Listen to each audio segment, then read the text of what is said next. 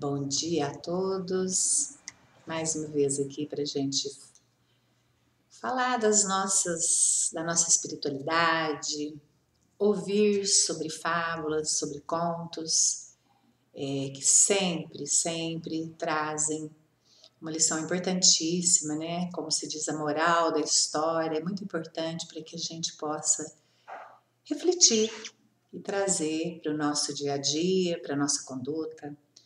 E eu gosto muito, então hoje eu estou trazendo sobre o bambu, a história do bambu chinês.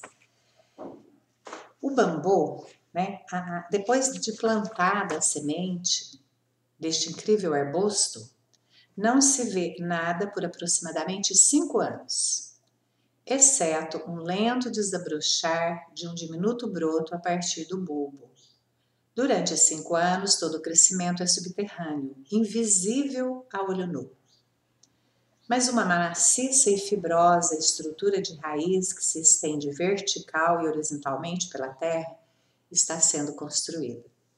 Então, no final do 5º ano, o bambu chinês cresce até atingir a altura de 25 metros. Então, a gente hoje traz aqui as 7 lições do bambu. Então, olha, a primeira lição: vem o vento, a tempestade, o tufão e o terremoto, não importa. O bambu não se dobra, apenas curva-se momentaneamente e logo retorna à sua posição original, reta e digna. Por não oferecer resistência, então o bambu não se quebra quando a intempérie o atinge. Ele deixa passar todas as intempéries de sua vida, seja maleável, né? Então é uma lição para nós, deixarmos passar todas as intempéries, sermos maleáveis na vida e logo que podemos voltar à nossa dignidade. A segunda lição do bambu, que ele possui raízes enormes, profundas, tão grandes quanto sua altura, porque na medida que ele cresce para baixo, depois ele cresce para cima. Ao ser plantado, o bambu demora então anos construindo suas raízes para que só depois possam aparecer aí o caule e as folhas, né? Então a base tem que estar firme e forte antes de se ganhar o mundo exterior.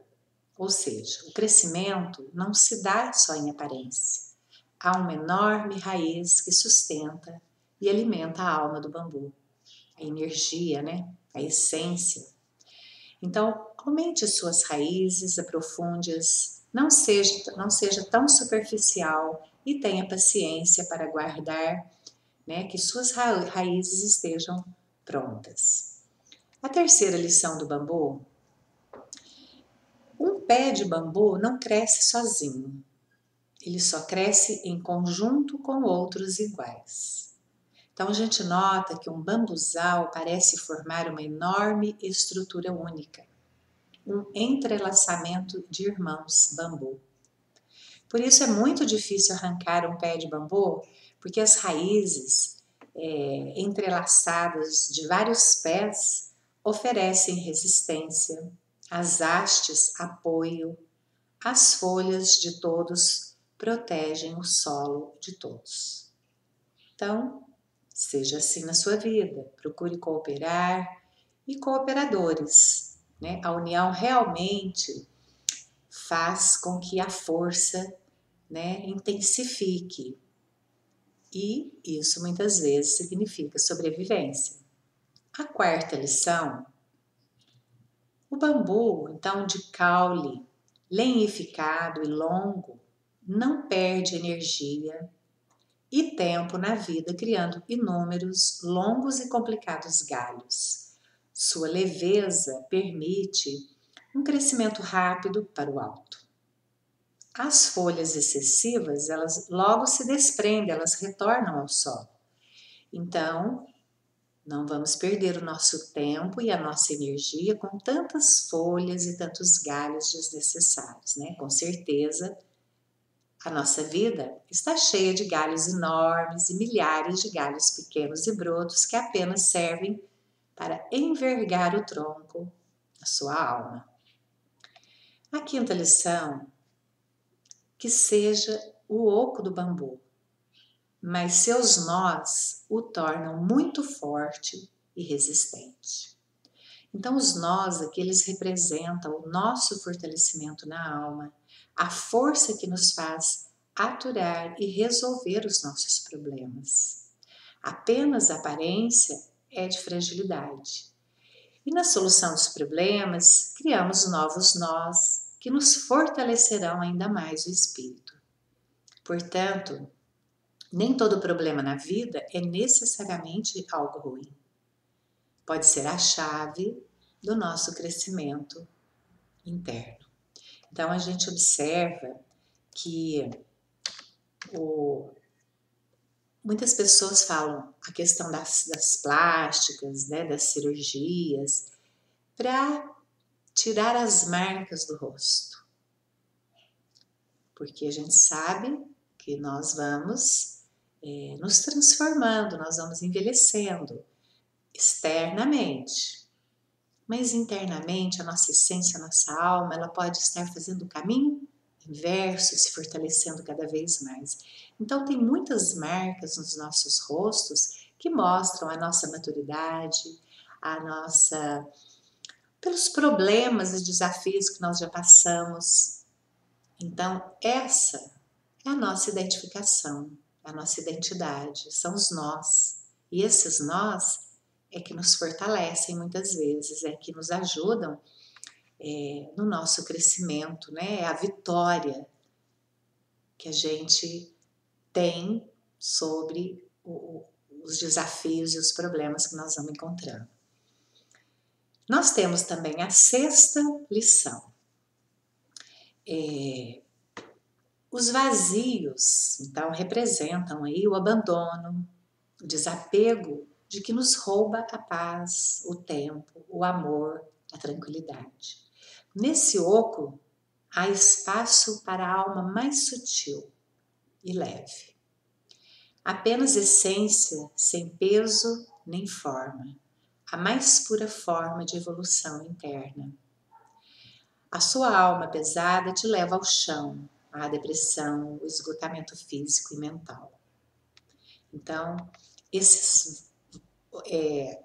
o oco do bambu, inclusive, ele é representado, né, na medicina chinesa, na Ayurveda, né, nas linhas mais orientais. Esse oco do bambu, ele está ligado ao nosso canal de Antakarana, que sai no topo da nossa cabeça, no chakra coronário, e no básico, que é no nosso cóccix, em direção à terra, em direção ao céu. Ali transitam as energias na mais pura essência, sem obstáculo, sem peso, né? Então, porque o peso, nós já vivemos numa terceira dimensão, onde tudo é muito denso, toda a manifestação energética é pesada, é densa, e que a gravidade nos puxa para baixo. Por isso nós envelhecemos também, nós enrugamos, porque a gravidade puxa para baixo.